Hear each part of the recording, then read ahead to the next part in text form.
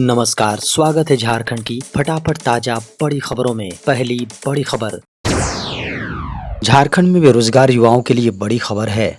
सचिवालय में 454 स्टेनोग्राफर के पदों पर होगी बम्पर भर्ती।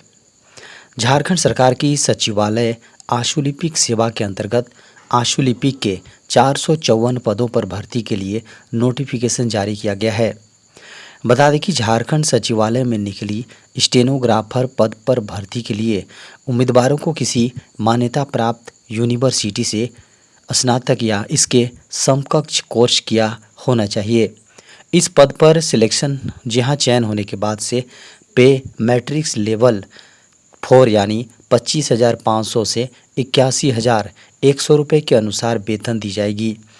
बता दें कि इन पदों पर भर्ती आवेदन करने के लिए उम्मीदवार आधिकारिक वेबसाइट jssc.nic.in पर जाकर आवेदन कर सकते हैं। बता दें कि इसके लिए अंतिम तिथि 5 अक्टूबर तय है। आदिवासी नक्सल प्रभावित इलाकों में दाल प्रोडक्शन को सरकार दे रही बढ़ावा। सरकार झारखंड और छत्तीसगढ़ के नक्सल प्रभावित इलाकों, जिलों और आदिवासी क्षेत्रों में दलहन, विशेष रूप से अरहर और उड़द की खेती को प्रोत्साहित कर रही है। खबर है कि इस पहल का मकसद उत्पादन और किसानों की आय को बढ़ावा देना है। खबर है कि यह पहल गैर परंपरागत दाल उत्पादक क्षेत्रों पर केंद्रित है। यह एक प्रायोगिक परियोजना है। इसे सफल होने पर पूरे देश में विस्तारित किया जा सकता है, जिससे भारत की आयात पर निर्भरता कम हो सकती है। इस परियोजना के संचालन का जिम्मा भारतीय राष्ट्रीय सहकारी उपभोक्ता संघ लिमिटेड यानी NCCF को जिम्मेदारी दी गई है। उसने झारखंड में 4 और छत्तीसगढ़ में 5 जिलों को इसके कार्यान्वयन के लिए चुना है। केंद्रीय कैबिनेट ने PM आवास की दी बड़ी सौगात, झारखंड को भी होगा फायदा। केंद्रीय कैबिनेट में हुए निर्णय में पूरे देश में 3 करोड़ PM आवास बनाने का लक्ष्य रखा गया है। बता दें कि इसके मद्देनज़र अन्य राज्यों के साथ साथ झारखंड को भी PM आवास आवंटित किए गए हैं।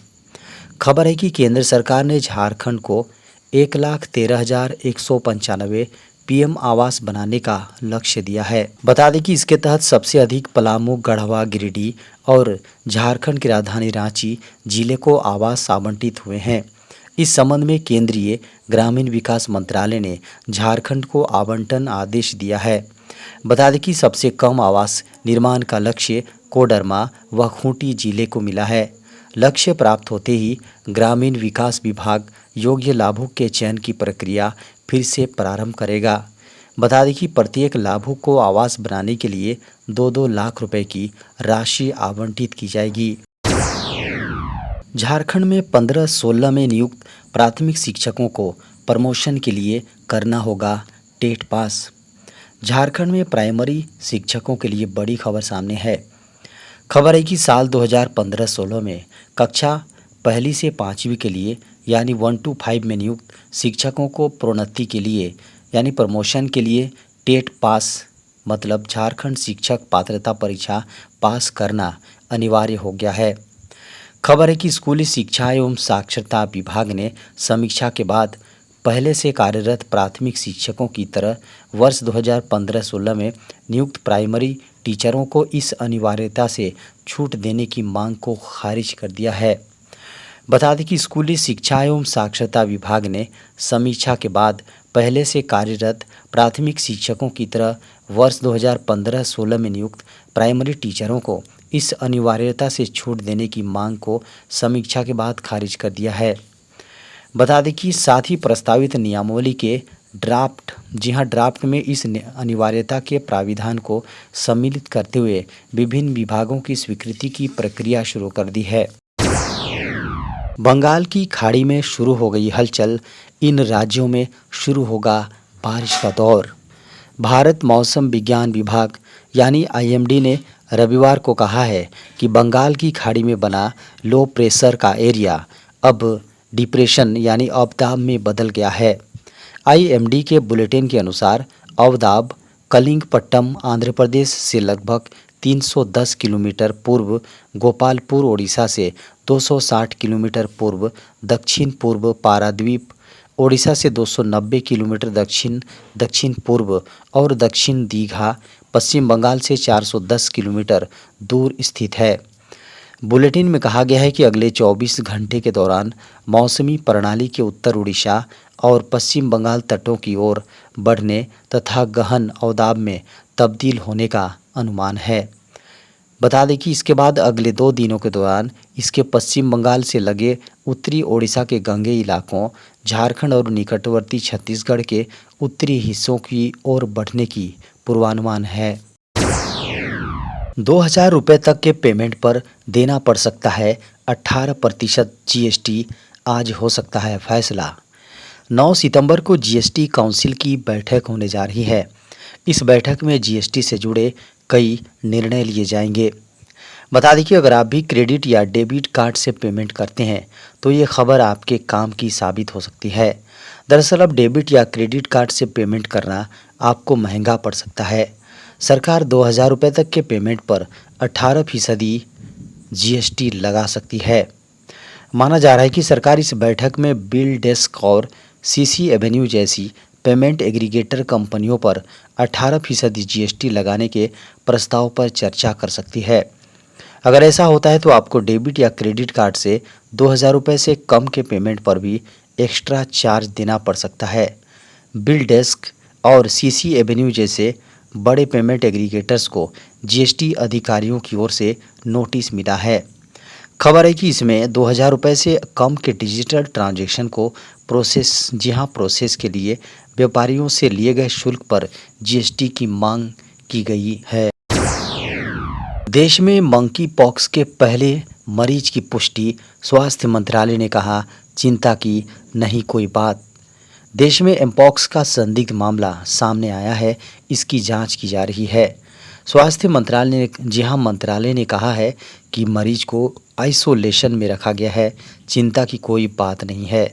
स्वास्थ्य मंत्रालय ने कहा है कि संदिग्ध मंकी पॉक्स मामले में परीक्षण चल रहा है।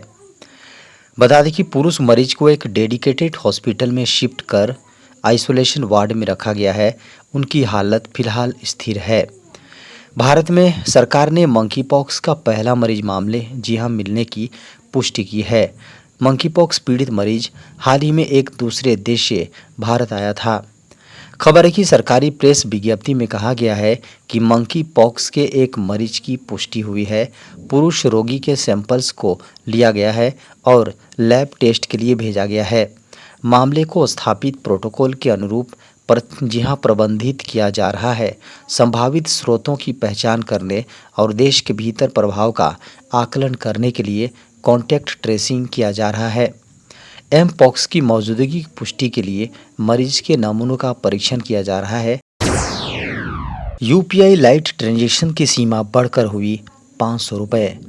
भारतीय रिजर्व बैंक ने हाल ही में यूपीआई लाइट ट्रांजैक्शन की सीमा बढ़ाकर 200 रुपये से 500 रुपये कर दी है। यह कदम इंटरनेट कनेक्टिविटी कम या अनुपलब्ध होने वाले क्षेत्रों में यूपीआई लाइट वॉलेट के उपयोग को बढ़ावा देने के लिए उठाया गया है। यानी बिना इंटरनेट या अन्य कनेक्टिविटी के आप 500 रुपये तक का लेन देन कर सकते हैं।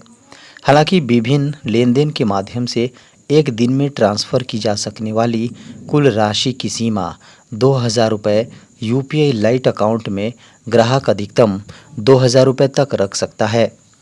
बता दें कि लेन देन करने के लिए आपको पहले अपने बैंक अकाउंट से ऐप के वॉलेट में पैसे ट्रांसफ़र करने होंगे। इसके बाद आप वॉलेट में जमा राशि का उपयोग करके यूपीआई लाइट के माध्यम से भुगतान कर सकते हैं। बता दें कि यूपीआई लाइट इसे सितंबर 2022 में भारतीय राष्ट्रीय भुगतान निगम और आरबीआई ने मिलकर लॉन्च किया था। भारत सरकार की बीमा कंपनी में निकली बम्पर भर्ती, 88,000 रुपये तक मिलेगी salary. New India insurance company limited ने प्रशासनिक अधिकारी के पदों के लिए भर्ती की अधिसूचना जारी कर दी है। मीडिया की खबरों को माने तो इन पदों के लिए इच्छुक और योग्य उम्मीदवार आधिकारिक वेबसाइट newindia.co.in पर जाकर ऑनलाइन आवेदन कर सकते हैं। खबर है कि इन पदों के लिए आवेदन 10 सितंबर से शुरू होगी और 29 सितंबर 2024 तक चलेगी। New India insurance company limited ने जर्नलिस्ट और स्पेशलिस्ट अकाउंट्स के लिए कुल 170 रिक्तियों की घोषणा की है, जिनमें से 120 जर्नलिस्ट के लिए और 50 अकाउंट्स के लिए है। जर्नलिस्ट पद के लिए आवेदकों को किसी भी विषय में मान्यता प्राप्त विश्वविद्यालय से स्नातक या स्नातकोत्तर होना चाहिए। सामान्य वर्ग के अभ्यर्थियों के लिए किसी भी डिग्री परीक्षा में न्यूनतम 60% अंक तथा अनुसूचित जाति, अनुसूचित जनजाति, दिव्यांग वर्ग के अभ्यर्थियों के लिए न्यूनतम 50% अंक होना चाहिए।